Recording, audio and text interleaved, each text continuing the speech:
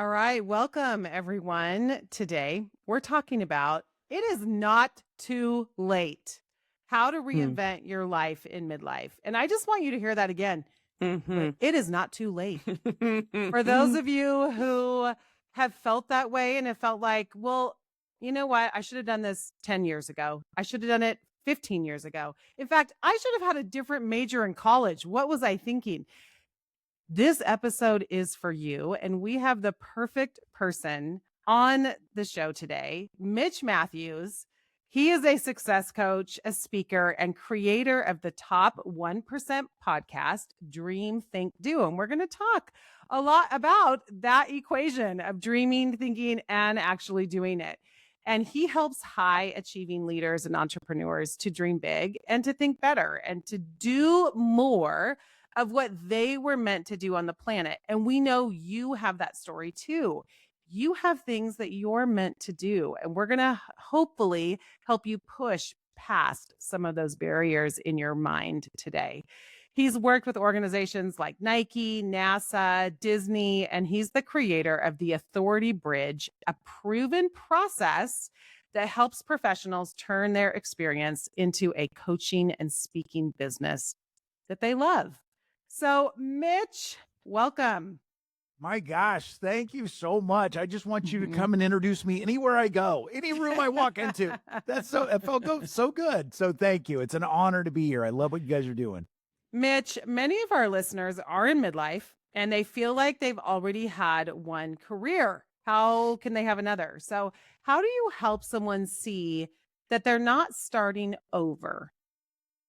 Right. I think that is so important, especially in today's day and age. It's interesting. I know, my parents, my dad got into his job and he was in basically one job after he got out of the military. He was in one job, kind of one career track his whole life. My mom, she started to work later in life. My mom was a non-traditional student. I was a sick kid. And so I went to Drake University with my mom. I was the 7-year-old kid who went to math classes and accounting classes and all sorts of stuff. So my mom started later in life. And so her career track was a little bit different. She actually had a couple of different careers. But now it's really interesting. You look at the data, a lot of people change not just jobs, but careers 5, 6 times. So it's a lot more common to do that now. But what I love about what we're talking about is giving yourself permission to do something, to choose a new career track, not waiting for that to be thrust upon you, but to actually start when and how you want to. And what's I think beautiful about today's day and age is you don't have to burn everything down and completely start over. In today's day and age, you can start something new on the side and do it incrementally. And that's what I did with my career of building our own training business, of coaching and speaking. I had to do that on the side of a bad fit job in the pharmaceutical industry. We were living a sitcom life at the time. So my amazing wife, we had 2 small children, and we had decided we were going to try to do it where she or I could stay home. We had a race to say, all right, whoever's making more will stay working. Whoever is making less will stay home with our boys as we started to have them. I don't know whether I won or lost the race, but I kept working because I was working in the pharmaceutical industry and she stayed home with our boys. And at that time, I jokingly say we were a sitcom life, which it's absolutely true, which meant single income, 2 children, oppressive mortgage. So I couldn't just quit my bad fit job that I had been promoted into in the pharmaceutical world. I had to stay with it, but I knew that's not where I was supposed to be the rest of my days. It's not where my passion was anymore. I had this idea of having our own business. And instead of just quitting, which I couldn't do, I said, hey, what's a way that I could start, but just on the side? And so I went and got some additional training.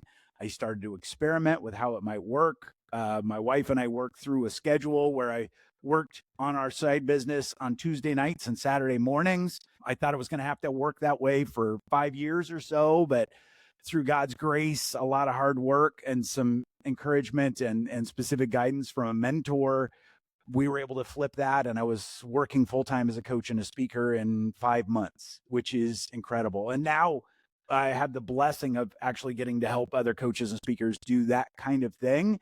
But for me, it had to start incrementally. It had to start on the side of what I was currently doing as opposed to shutting everything down and starting from scratch. I had to build incrementally, but it really did start with giving myself permission to do something new. Hmm. That's such good advice, not just for the person who's making a paid career change, Right. but for the woman who's been a full-time caregiver and feels like I'm incrementally getting more free time and I can't just go back to work full time tomorrow, but maybe in 5 years I'll want to be at that point. So how can I start now with something small?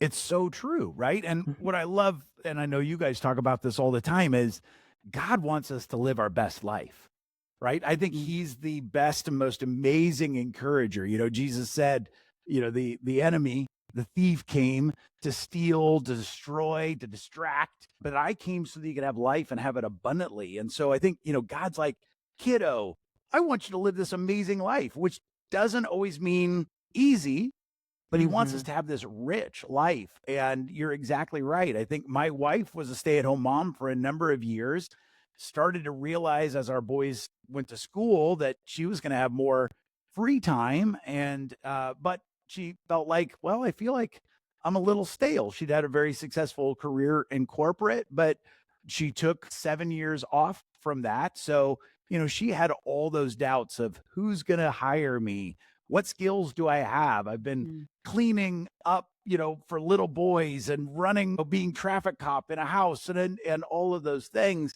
But really what we had to do is the very same thing, to be able to say, okay, what's a small way that you could start? And that even starts with, what are you curious about in this season?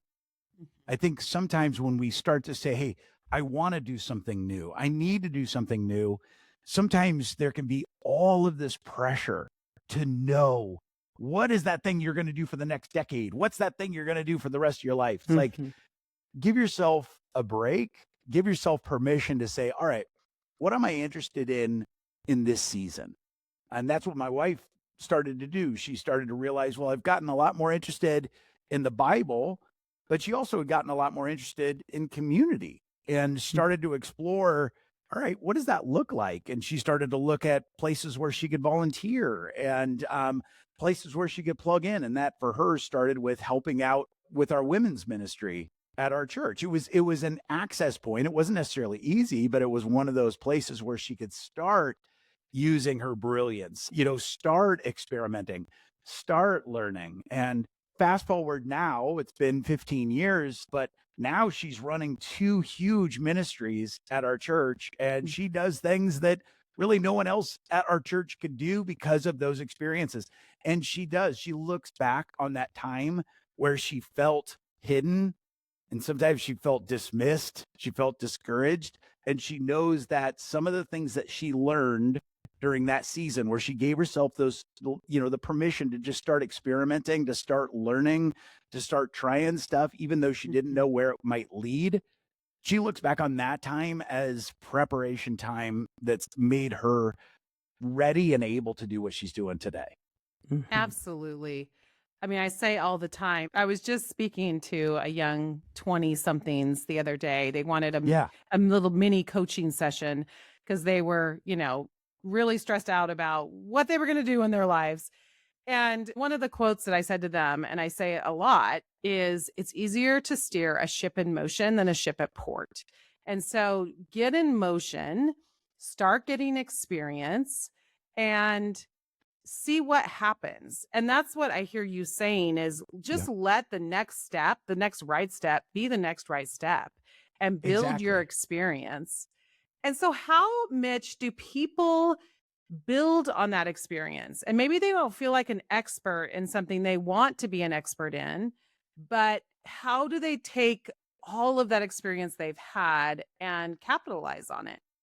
Absolutely. I love this question. And I think it's so important because oftentimes, if you've been in a bad fit job, I know for me, I'd had a lot of success in the pharmaceutical world, but that last job, that last promotion I took was a bad fit job. It wasn't necessarily a bad job, but it was bad fit for me. And almost immediately, I started to downgrade my own skills. I started to downgrade my own talents. I started to downgrade my own experience because I was in a bad fit. Mark Twain talks about that if you try to convince a fish to climb a tree, it will always think it's stupid, right? But it's that thing of going, that's where I was at. I had all the success going into this position. All of a sudden, I was in the wrong spot. I felt out of place. And boy, that was easy to start feeling that way in my entire life. And I know a lot of people have experienced that, whether it's one job change or maybe their industry changed, or maybe their company culture changed. And all of a sudden, it's just not a good fit anymore. And it's really easy to downgrade your own brilliance because it maybe is not a fit for what you're doing currently. So one of the things we do, and our specialty, of course, I do success coaching. I work with a lot of executives and entrepreneurs. And so we do a form of this when I'm working with them one-on-one, but we also, through our Authority Bridge program, like you mentioned, we help people that have had success in a lot of different industries to start building coaching and speaking businesses to be able to help people they feel called to help and make money doing it, because that's a really important thing. But one of the first things we talk about is a brilliance inventory. And a brilliance inventory is to start looking around and saying, hey, what do you do? What do you do that is brilliant? Now, I know some people, especially women, I think I told you guys as we've been talking about this, we have a coach training and speaking business, and we have a certification program, all these things. And about 70% of our participants are women. And I love that. I am so proud of that. And our best and my favorite success stories are women. But we call it a brilliance inventory for a reason, because oftentimes brilliant or women often will be humble, either because they've been told to be or because that's just their natural heart.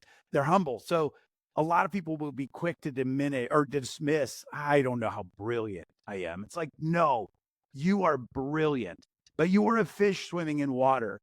And just like that fish is totally unaware of the water that surrounds it because it's been swimming in that water its whole life, the same thing happens with you and your brilliance. So what we need to do is we need to inventory some of that brilliance. Like, what are some of those things that you do day in and day out that look normal to you? Those things that you assume everybody else just knows how to do, but they don't, or they don't do it in the way that you do it. And it could be the way that you get up in the morning and actually get everybody out of the house, or the way that you conduct a meeting and it actually makes for communication to happen, or the way that you resolve a tough situation or a hard relationship, whether it's kiddos between each other or team members, or even navigating your boss or a subordinate or your spouse or, significant other.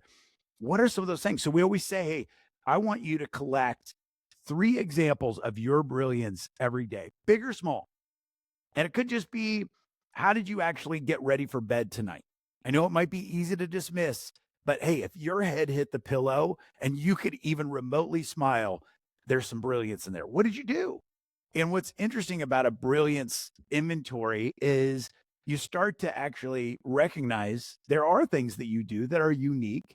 There's some things that are revolutionary. There are some things that are reinforcing, but you guys know some of the things that maybe you talk about on the podcast. Maybe a guest throws out something that somebody else has said before, but because of the timing, because of where you're at or what you needed, I'm guessing that you've got this huge, amazing audience. I'm guessing people will reach out sometimes and say, oh my gosh, I'd heard that before, but I heard it with you guys right when I needed it, and that's God showing up. That's the Holy Spirit. But everything we share, our brilliance, not everything needs to be revolutionary.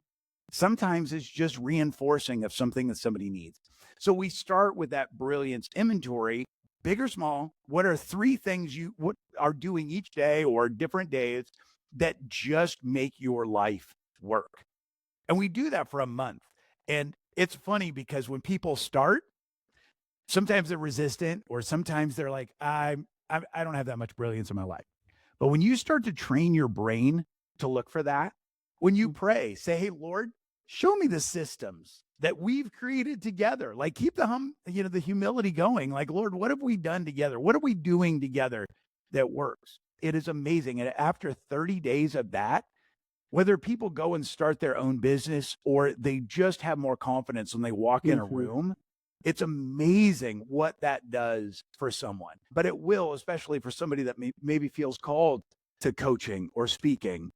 People start to realize, oh, I don't have enough for one keynote. I have enough for 30 keynotes. Like it is amazing. And so that's what we want to see. We want to see people like realizing and recognizing the brilliance that God has put in them, the things that they've learned, the things that they've experienced, all of those things. And heck, if we're just doing that for somebody just so they could live a better life, that is good enough for me. But oftentimes people will realize, you know what, with all this brilliance, maybe I do need to get intentional about a new career track, or maybe I do need to get intentional about building my own business.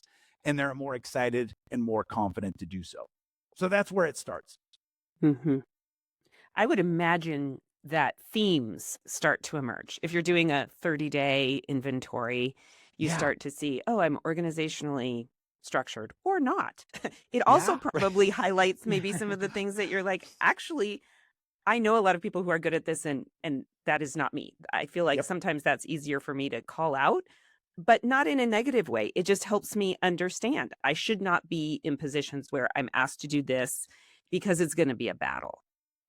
It's so true. And what's interesting about that too, I think that just speaks to you guys' heart. And I love how you do this podcast because I think you're making the world a better place.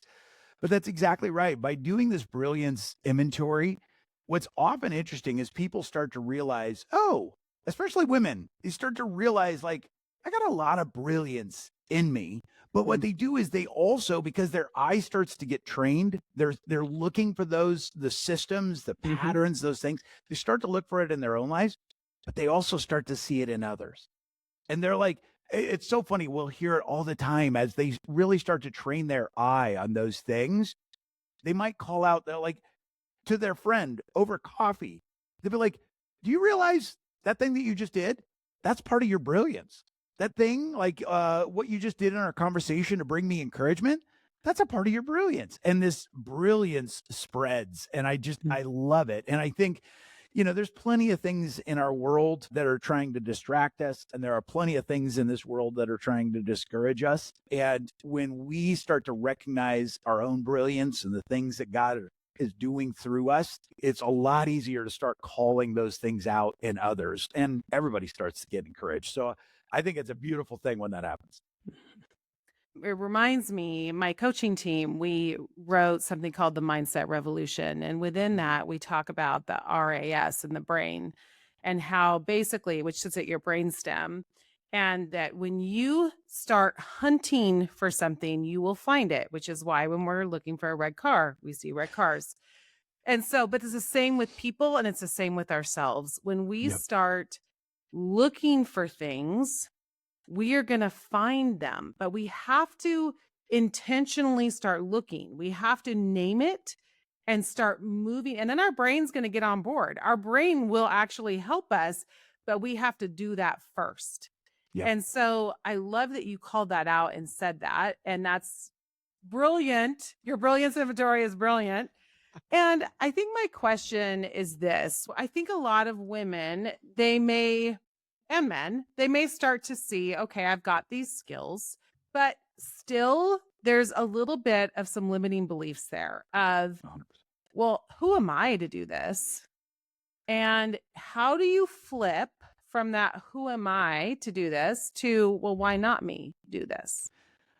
I love that. I think it's interesting. I know you guys have talked about the imposter syndrome before, I believe, on the podcast. And, it's a really interesting phenomenon. And, sometimes people will speak to it being a function of our brain. The amygdala, another part of the brain, is the part of the brain that tries to keep us safe. And some people will point that imposter syndrome, that very, the kind of the voice that you hear that says, who am I to do this? Some neuroscientists and psychologists will say, well, that's your amygdala simply trying to keep you safe, right? To not step out and do something big. And I think that could be true. I never want to give the enemy of God too much credit. Like, I believe there's an amazing God who is just incredible. And I also believe there's an enemy of God who's a punk. And I think, he also tries to whisper and tries to keep us discouraged and distracted and keep us down to play small. And so those voices might be the enemy as well. But I try to reframe the imposter syndrome as the winner's syndrome. That imposter syndrome is, those voices that are trying to keep you to play small. But what's interesting about the imposter syndrome is people who are just watching Netflix and they're not stretching, they're not growing, those people don't experience the imposter syndrome. Mm-hmm. The only people that experience the imposter syndrome are people who are doing stuff. It's true. Who are starting, who are stretching, who are going big. You hear that voice when you say yes to doing a presentation. You hear that voice when you sign up for a class. You hear that voice when you say yes to a meeting that scares the shiznits out of you, right? That's the winner syndrome. That's not an imposter syndrome. So to be able to say it, I think you're exactly right. And I know for me, I'm hoping your audience is a lot healthier than I am. I am a recovering worrier. I am a recovering perfectionist. I got a lot of issues. That's why I'm so glad God is so good, because he's helped me with all those things, right? So I've had all of those voices. Heck, I was tempted to be worried to come on to talk with you guys. You've got an amazing platform. It's an incredible podcast. You guys are amazing interviewers. That little voice says, all right, who are you to come on this podcast, right? It's that thing of being able to say, yeah, but what if? What if? I can't wait to see what's on the other side of this. I had a guest on my podcast, a guy named Sam Griffin, and he had grown up in Iowa his whole life and had a job offer after college to move to New York. And he really wanted to go to New York. He felt like he was going into advertising and marketing, and he knew big possibilities in New York, but also bigger risks. He'd never been to New York. He didn't know where he was going to live. He didn't quite know how this job was going to work out. And one of his mentors was talking with him about this. And I love this. It was one of his favorite professors. And she said, Sam, you're really focused on how things could go wrong. She said, do you know what the opposite of fear is? And he said, I don't know, bravery? She said, no, the opposite of fear is curiosity. Mhm. And he said, I like that, but what do you mean? And she said, well, right now you're focused on all the things that could go wrong. And sure, there are some things that could go wrong, but what if you got curious about what could go right? What if you got curious about the people that you could meet? What if you got curious about the experiences that you might have? What if you got curious about the restaurants that you go to, the parties you might attend? What if you focused your curiosity on some of those things? And so I know when I am tempted to get afraid, or when I'm tempted to think, who am I try to lean into curiosity to say, yeah, but what if? Where might our conversation take us? Where might this lead? Who might I get to meet because of this conversation? Who might we get to help because we took this time, right? I try to lean into curiosity. So if anybody starts down that track of maybe inventorying their brilliance, maybe thinking, hey, maybe it is time to explore or experiment with something new, and they start to have that voice of, but who are you? I just say, hey, all right, you can dismiss it, you can address it, but be able to say, at least give your curiosity the same amount of time. What might happen? Who might I meet? What might I experience? What might I even teach my kids as I do this? And it's amazing to see where curiosity can take you. So, one, when people ask that question, a lot of times too, who are we letting define us and make that decision? Who? Because it's usually a fear of what others will think. And so sometimes we even have to drill down. Well, who? Who are you afraid of what they're going to think? And are we letting their perceptions run our decisions in our lives? It's ludicrous, and yet we do it.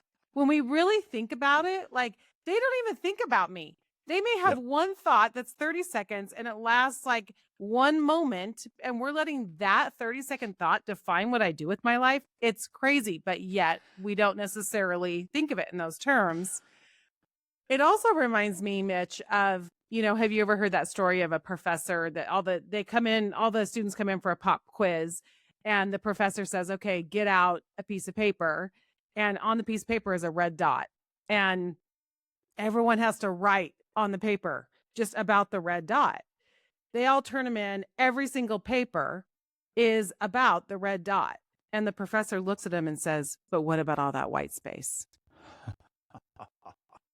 Like, nobody wrote about the white space. Everyone wrote about the tiny red dot on the paper. And I think it's such a powerful example of what you're saying of why do we focus on the red dot when there's white space everywhere?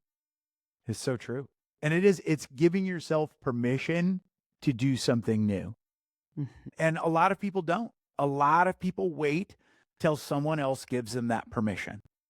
And what I love about the Bible is God is giving us permission all over the place, right? Like it's incredible. I think a lot of people that don't spend a lot of time in scripture thinks it's all full of rules, but really scripture, there are some rules in there, but those are designed to keep us safe and to help us to have our best life.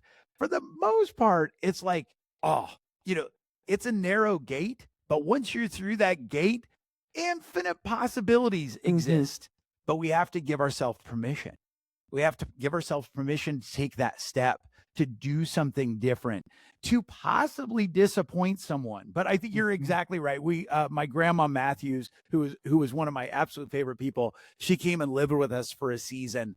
And I'll never forget, it was when I was in high school. And I came home one night and I was lamenting about something that was going on at school. And I was worried about what people might think of me. And she stopped me. Grandma Jessie stopped me and said, boy, I don't think people think about you nearly as much as you think they do. And I needed that to go, you know what? You're right. Like, they don't really care. If they give a thought, it might be for 2 seconds, but they're focused on themselves. And to be able to go, boy, I could have been trapped in that the rest of my life. And I think we all are, especially in a world where now, if we want to take a look at the sizzle reels of anybody else's life, they're readily available. But at the same time, to be able to go, hey, I'm giving myself permission to start something new, to try something new, to learn. And even if it doesn't go perfectly, even if it doesn't go exactly how I planned, I'm going to learn stuff. I'm going to experience stuff. I'm going to live. And that's, I think, what God wants for us. He wants us to have this amazing, rich life full of experiences. He sadly doesn't necessarily want us to have a safe life. He wants us to have peace, but he also wants us to have adventure. And I think that's what God is calling us to. One of my favorite examples of our authority bridge, we've got a PhD college professor. She's amazing. Her students love her, so good at what she does, but she was just feeling that call to do something bigger, to have impact beyond her campus. And she had to fight all those things you're talking about. Who am I to step beyond this campus? This campus has brought me a lot of success. This campus has brought me a lot of impact, but I believe it was spirit filled, that she was called to something greater, because she's got, and I shouldn't say greater, bigger, to have more impact beyond the campus. And part of that then was to figure out, hey, if I do this, how could I do it as a business? So if I spend that time, I would get paid for that time. And as you guys well know, when people pay for something, they tend to respect it more. They tend to value it more. And so she decided, hey, instead of just giving my stuff away, I'm going to build a business around this. And she started to do that. And she started to inventory her brilliance and realized that she had a lot of brilliance into the classroom, right? As what her PhD was in, what her classes were on, but she had a lot of brilliance outside that. How does she organize her day? How does she navigate chaos? She had 2 small children who were amazing, a number of animals in the household. Her husband was also a professor and an academic and all these things. They could have had chaos, but they actually had a lot of peace and they had a lot of joy and they had a lot of fun. And so she started to teach outside the classroom on those things. And she started to build a business that actually started to make her a lot of money. And what's great about it is she loves the impact. She loves the income. But if you talk to her, one of her favorite things is that her 2 kids have now for a couple of years had front row seats to their mom doing something that she gave herself permission to do. Some of those things have worked great. Some of those things have gone down in flames, but her kids both seen their mom do something creative, something amazing, and something that's taken a lot of guts and tenacity. And now her kids, even though they're still in elementary school, are both talking about starting their own businesses because they're just looking at the world differently. And I think that's a big part of this too, is like, we can tell our kids to dream. We can tell our kids to strive, to do something, to be all that God put them on the planet to be. But boy, when they see us doing it, it doesn't have to be perfect. But when they see us doing that, that does. My wife and I always say we wanted to raise our boys to be weird in the fact that we want them to be walking out their calling on the planet. And if that makes them weird, so be it. And, we figured, hey, if they see us doing that, that increases the chances that they'll do it too. And I'm wildly blessed to say they're doing it. And it's not perfect and it's not been easy, but it's sure made for a much better ride. Mm-hmm. Yeah, that probably speaks to the mom who is thinking it's selfish of me to want something more than this. God has put me here in this family, which we all believe he has. Yep. And I should be satisfied with this. And I think there is that tension of contentment with where I am Yep. and the freedom to dream. And that's what I think when you say permission to want something, that is the tension that a lot of women have. And often when you put it in terms of how will it actually end up serving the people around you that you're worried about somehow impacting in a negative way, that's what gives women permission to be like, oh, okay, if my kids see me do this, or if my husband realizes I'm a more pleasant person because I have a creative outlet, or whatever it is, the person that you're worried about. Because we did talk a little about people that maybe are insignificant in our lives, not having enough room in our head, but we do have some significant people that we sometimes are concerned about how this is going to impact them. If I change something in my life, it will have ripple effects to those closest to me. So I think that all speaks to those deeper relationships. 100%. And it is an interesting thing to step out into something new, big or small. I will say that as we were launching our business, we had a friend group that had a similar life. I was in the pharmaceutical world, very relatively predictable life. And we had a number of friends that had kind of similar tracks, similar lifestyles, which in some ways was beautiful. But when we started to do something new, that started to make some of them very uncomfortable. It started to make them concerned. In fact, our small group had an intervention for us where we had to, they actually pulled us in and they say, hey, we're concerned about you, starting your own business and all of these things, because the things we were doing, I think deep down were things that they each longed to do, or they at least longed to do something different. But us doing it made them afraid because they weren't, or at least maybe jealous or at least uncomfortable, all those things. And we said, hey, we feel called to this, and we will always take feedback. If you guys want to challenge us on some of our decision making, we'll submit to the community to at least have that conversation. But in the end, it's our call and we're going to move forward. And I always say, like, you don't want to go after a dream alone. You do need to have community as you do it, but sometimes you have to give yourself permission to upgrade some of your relationships. This conversation fires me up, Mitch. I really does.